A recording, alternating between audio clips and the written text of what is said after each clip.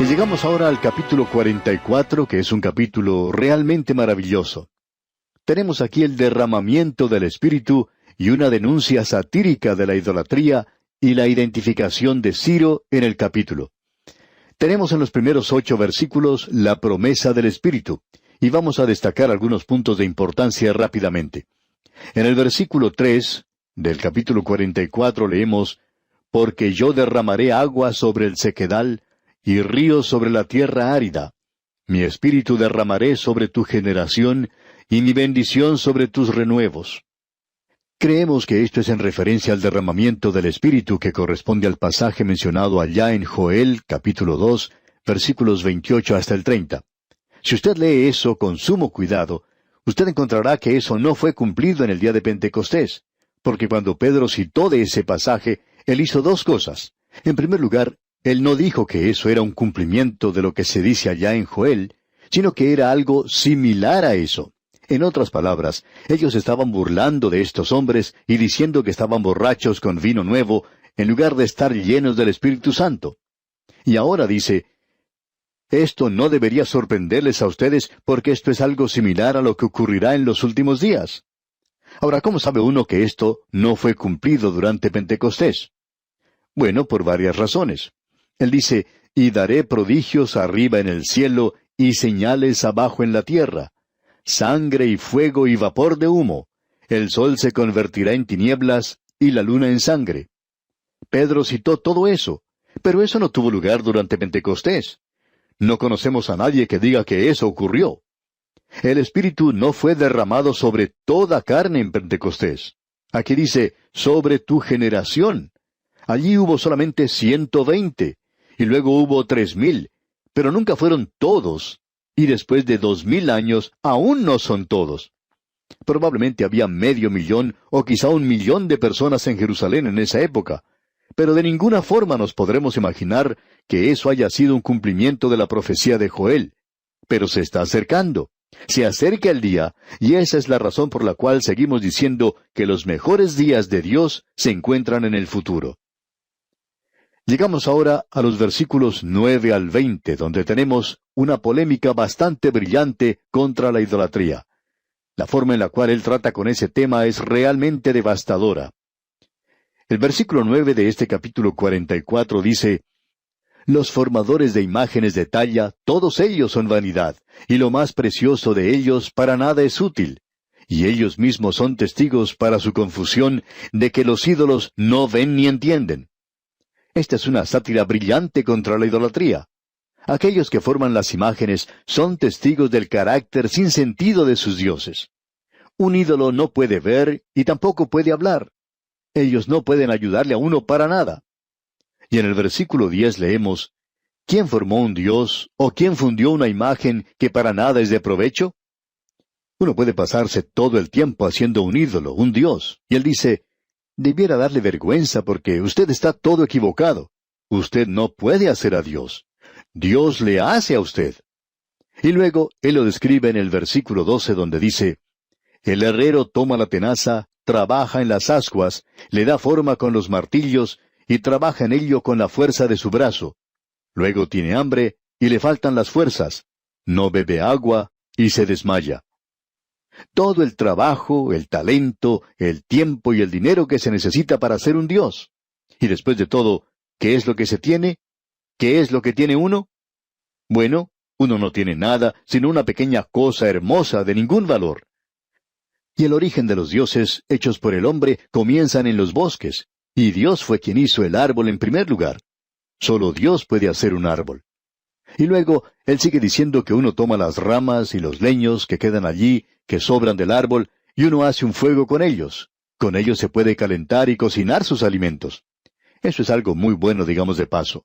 Eso puede ayudar, pero esa imagen que usted hace, eso no le ayuda a usted para nada, amigo oyente.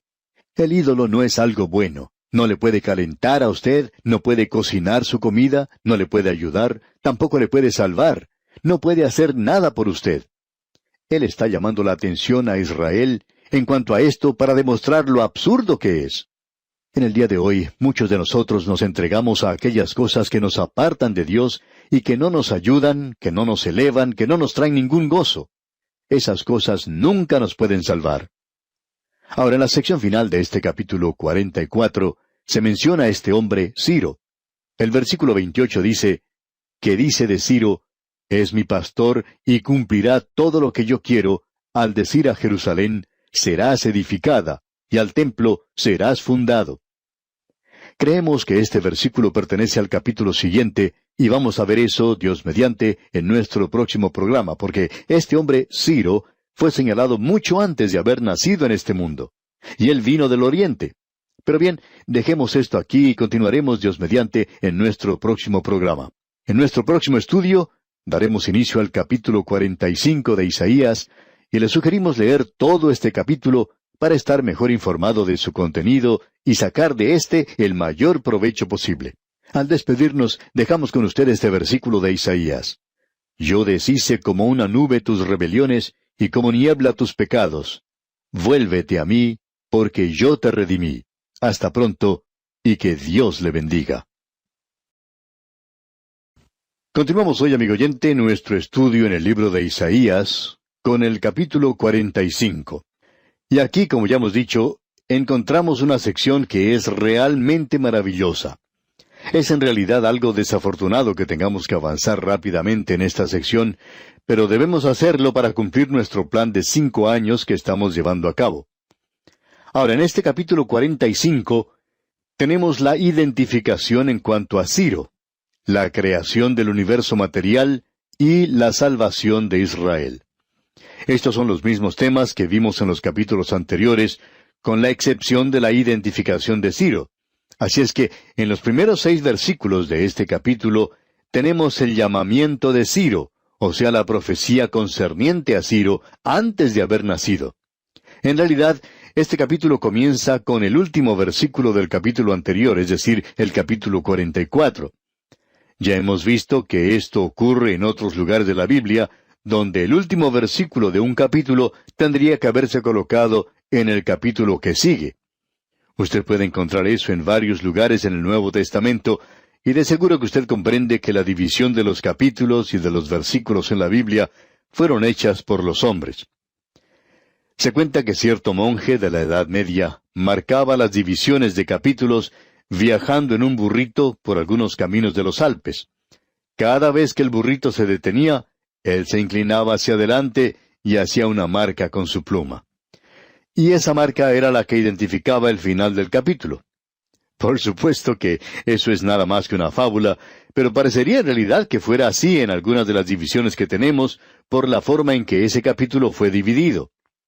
Hay veces que nos damos a pensar que fue el burrito quien hizo las divisiones de los capítulos, porque ciertamente algunos de ellos han sido divididos donde no correspondían.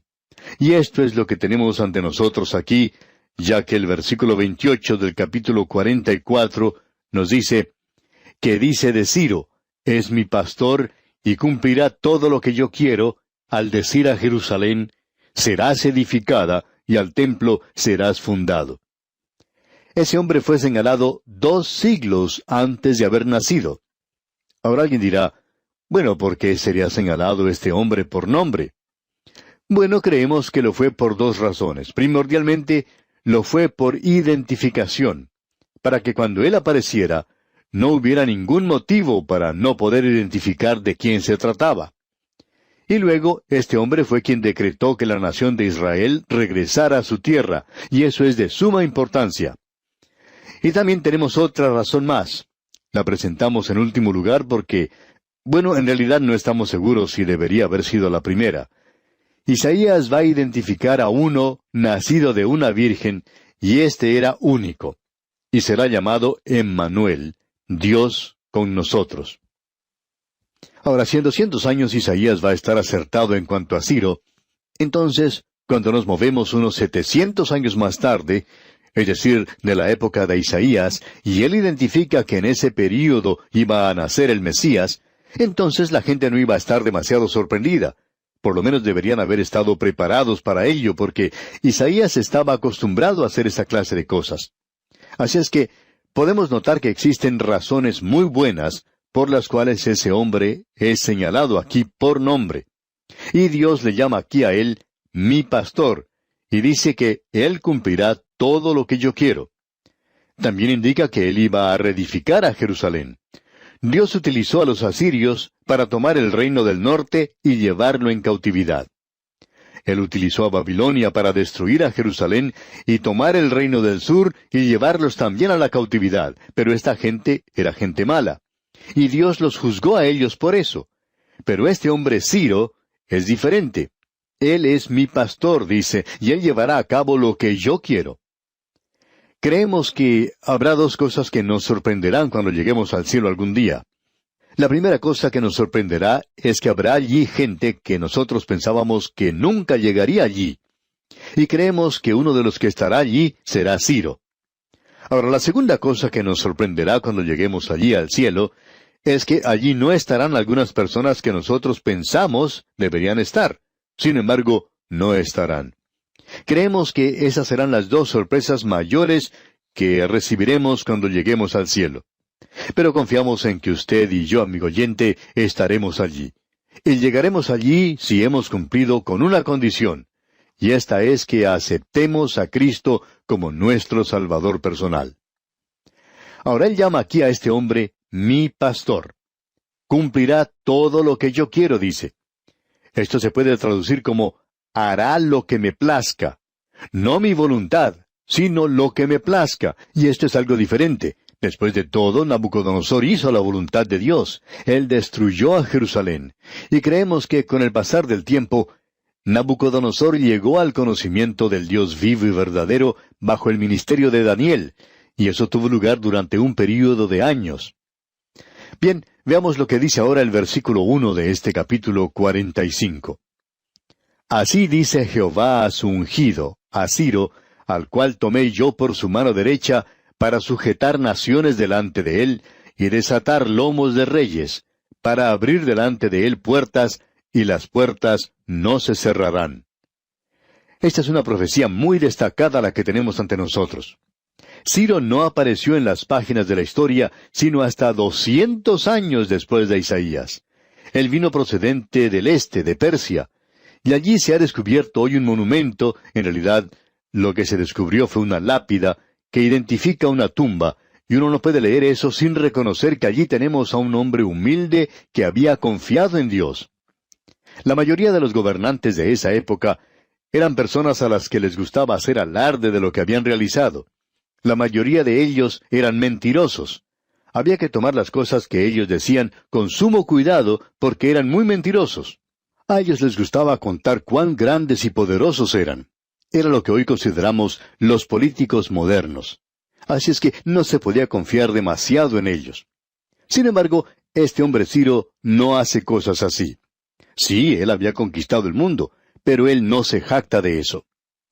Tenemos aquí que a él se le llama el ungido de Dios, y esto se aplica solo a la persona del Señor Jesucristo. Sin embargo, aquí se le llama así a Ciro. ¿Por qué? Porque él iba a hacer lo que Dios quería. Él llevó a cabo la voluntad de Dios. Él libró a este pueblo de la cautividad y le permitió que regresara a la tierra prometida. Y él también animó a aquellos que no habían regresado a que enviaran de sus posesiones, a que enviaran regalos de oro, plata y cosas preciosas para aquellos que habían regresado. En ese sentido, él se podía haber considerado como un Mesías gentil de Israel, y una tenue, débil indicación de aquel que vendría más adelante. Ahora, ¿a qué se refiere las puertas mencionadas aquí? Bueno, creemos que son las puertas de Babilonia que fueron cerradas ante Israel y que no permitían que regresara a Palestina. Pero Ciro fue quien las abrió, y él dijo, si quieren salir, pueden hacerlo. Esto hace de esta sección algo muy destacado. Ahora, comenzando con el versículo 7, tenemos la creación del universo al mismo comienzo del tiempo. Aquí se hace una declaración muy destacada, mucho antes de que la ciencia moderna llegara a esta posición. Dios dice en el versículo 7 de este capítulo 45 de Isaías, que formo la luz y creo las tinieblas, que hago la paz y creo la adversidad. Yo, Jehová, soy el que hago todo esto. Ahora, Zaratustra, o Zoroastro, fue un reformador de la religión persa, y en la India hoy hay una religión que se llama zoroastrismo, la cual es una religión dualista. Esa religión enseña que Hormuz es el espíritu del bien o de la luz. Ahora, Dios dice que Él crea la luz, y la luz no es ningún Dios. Pero esta gente se había acercado mucho a la cúspide, y nos preguntamos por qué ellos llegaron tan cerca de la luz, y por qué llegaron a adorar a un solo Dios en medio de la idolatría. Bueno, uno debe recordar que esta gente llegó a tener contacto con la nación de Israel, y la nación de Israel estaba testificando a todo el mundo. Para el adorador del zoroastrismo, la oscuridad, las tinieblas, era el espíritu del mal, llamado Arimán. Pero aquí vemos en este versículo que Dios también es responsable por las tinieblas, y esto es algo interesante. Dios no crea el mal, y debemos corregir esto aquí mismo. El mal o las tinieblas, como tenemos en este versículo, se mencionan en el sentido de tristeza, dificultad, tragedia, miseria, que es el fruto del mal, el fruto del pecado. En realidad, esta es una manera de decir en el Antiguo Testamento que la paga del pecado es la muerte. Es decir, que si usted hace ciertas cosas, eso es lo que ocurrirá. En efecto, permítanos presentar algo más aquí porque estamos viviendo en días cuando la gente dice que el bien y el mal son términos relativos, que cualquier cosa que uno piense que es buena, pues es buena, y usan esta clase de argumento. Bueno, la Biblia dice, no matarás, no hurtarás. Pero, ¿qué es la Biblia? ¿Quién debe obedecerla? ¿Quién debe escuchar al Dios de la Biblia? El Señor tiene aquí otro argumento poderoso y convincente. Dios dice que si usted se complace en el pecado le dará su paga en el día de pago, y habrá un día de pago en el futuro para esto. Y en el momento en que usted se complace en pecar, se hace acreedor al pago. Y de paso digamos que le da una buena paga. Eso es lo que Él quiere decir aquí. Dios dice que Él ha creado al universo y que cuando usted quebranta lo que Él ha dicho, usted no necesita un juez, no necesita un verdugo o la silla eléctrica. Dios se hará cargo de eso. Él siempre lo hace. Nos damos cuenta, pues, que nos encontramos en una sección realmente tremenda. Así es que Dios dice, por tanto, que Él fue quien creó la luz y las tinieblas. Y luego dice en el versículo 9 de este mismo capítulo 45, «Ay del que pleitea con su hacedor, el tiesto con los tiestos de la tierra. ¿Dirá el barro al que lo labra, ¿qué haces? ¿O tu obra no tiene manos?» ¿Para qué luchar contra Dios, amigo oyente? Él es quien lo dirige todo. Los griegos tienen un proverbio que dice, «Los dados de los dioses están cargados». Y eso es exactamente lo que Dios está diciendo en su palabra. Dios dice, «No juegues conmigo, no pleitees conmigo, no pienses que puedes luchar contra mí».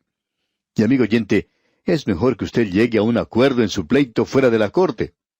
Ya hemos visto anteriormente en este libro que dice, «Venid luego, dice Jehová, y estemos a cuenta. Si vuestros pecados fueren como la grana, como la nieve serán emblanquecidos. Si fueren rojos como el carmesí, vendrán a ser como blanca lana». Dios dice que no nos metamos en pleito con Él, porque nosotros siempre saldremos perdiendo.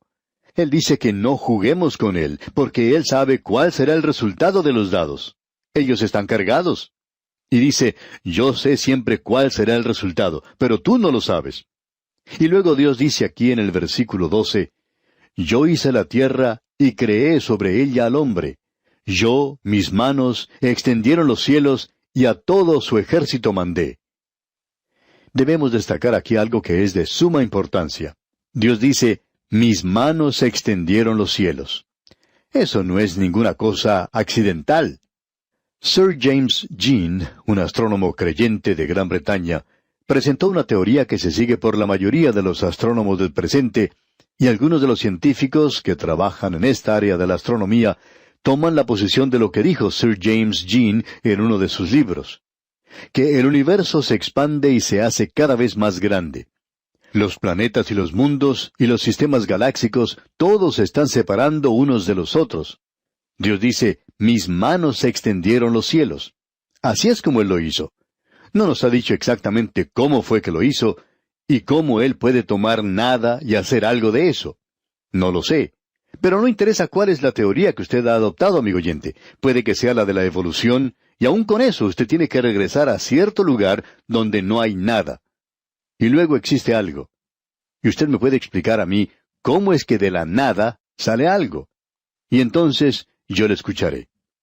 Pero hasta cuando usted pueda hacer eso, amigo oyente, usted puede seguir hablando y hablando todo lo que quiera acerca de los monos, mientras yo me quedo aquí sentado y sonriendo porque en realidad soy un escéptico, no lo puedo creer. Solo Dios, amigo oyente, tiene una respuesta razonable. Dios dice, yo lo he hecho, yo lo he creado. Y por medio de su palabra, Él le dio existencia a este universo. Y llegamos ahora a la tercera división de este capítulo 45. Trata de la continuación de Israel por todo el tiempo y la eternidad. Dios no permite que usted se olvide de este tema, y Él dice aquí en el versículo 17 de este capítulo 45 de Isaías, Israel será salvo en Jehová con salvación eterna. No os avergonzaréis ni os afrentaréis por todos los siglos. Dios dice, sí, voy a juzgar. Vosotros vais a Babilonia. Vosotros seréis juzgados. Pero también vais a regresar a la tierra, y eso no va a ser el fin de todo, porque aún existe la rebelión en vuestro corazón. Pero Dios dice finalmente, yo los voy a salvar. Y ahora Él les envía una invitación, y esta es una invitación para todos. Leamos el versículo 22. Mirad a mí y sed salvos, todos los términos de la tierra, porque yo soy Dios, y no hay más. Este fue el versículo que tuvo mucho que ver con la conversión de ese gran predicador que fue Charles Spurgeon. En cierta mañana él tuvo que ir a una iglesia a causa de una gran tormenta de nieve que estaba castigando a la ciudad de Londres. Él no pudo llegar a la iglesia a la cual quería asistir, de modo que decidió entrar en una iglesia pequeña, a la cual ni siquiera había llegado el predicador. Cierto hombre se levantó, y aun cuando Spurgeon no sabía qué clase de oficio tenía ese hombre, él sí sabía que era una persona bastante ignorante. Y este hombre tomó este versículo como texto esa mañana. Y aun cuando le faltaban los relámpagos, tenía bastante de trueno. Se levantó, pues, y dijo este versículo, Mirad a mí, y sed salvos, todos los términos de la tierra. Y comenzó a hablar acerca de este texto. Ahora Dios dice que usted debe mirar a Él y ser salvo. Y después de decir eso, bueno, se le acabó la imaginación. Él había dicho todo lo que podía decir, así es que comenzó con sus truenos y comenzó a gritar y a golpear el púlpito y dijo, miren a Dios todos los términos de la tierra y sed salvos. Miró hacia la parte de atrás del auditorio y allí vio a este joven, Spurgeon, que estaba sentado sintiéndose realmente miserable, y le dijo, joven, usted parece sentirse muy miserable. Mire al Señor Jesús y será salvo. Ahora de paso debemos decir que Spurgeon era un joven muy brillante, muy inteligente, y Spurgeon dice, yo miré a Jesús y fui salvo. Un versículo maravilloso, por cierto, y tiene mucho poder aún en el día de hoy.